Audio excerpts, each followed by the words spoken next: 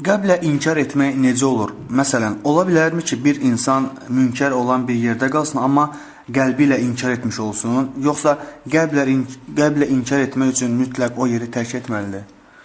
Yəni Allah aləm, yəni mənə gəlib çatana görə, yəni qəlblə inkar etmək o demək deyil ki, yəni qəlblə inkar etmək üçün mütləq sən o yeri, yəni o münkər olan yeri tərk etməlisən. Yəni bu o demək deyil. Yəni bəzi qardaşlar görürsən, yəni bunu düzgün başa düşməyib. Yəni deyəndə ki, Peyğəmbər sallallahu əleyhi və səlləm "Mən ra'a minkum munkaran", sizdən hər biriniz, yəni sizdən kimsə münkər iş görərsə, "Fəlyughayyirhu biyədi", yəni onu əlinlə aradan qaldırsın.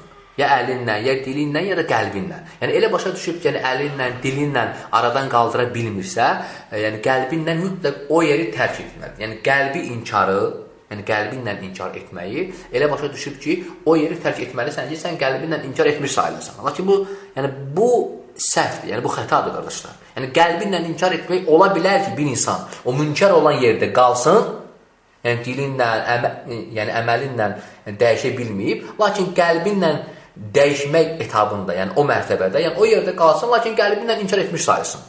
Aydındır? Yəni bu demək deyil ki, yəni insan mütləq, yəni qəlbinlə inkar tərk olunmalıdır oradan. Yəni buna da fikir vermək lazım. Yəni alimlər, yəni bu məsələni bu cür izah ediblər.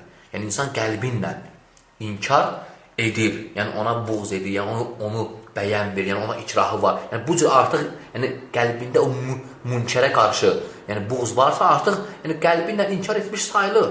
Və ya görürsən, bəzən yəni hər hansı birimiz yəni elə bir yerdə ola bilərik ki, heç ona tərk etmək olmaz. Yəni münkərdir və tərk edə bilmirsən. Yəni bu deməkdir, sən qəlbinlə inkar etməmisən. Xeyr, yəni ola bilərsən, qalasan orada, lakin bu qəlbinlə inkar etmiş sayılsan.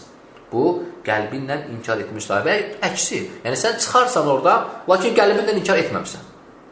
Yəni içəridə yəni ona məhəbbətin var.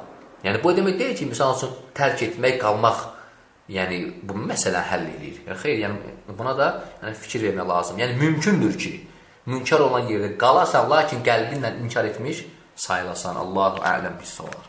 İxlasla.com saytı tərəfindən təqdim olundu.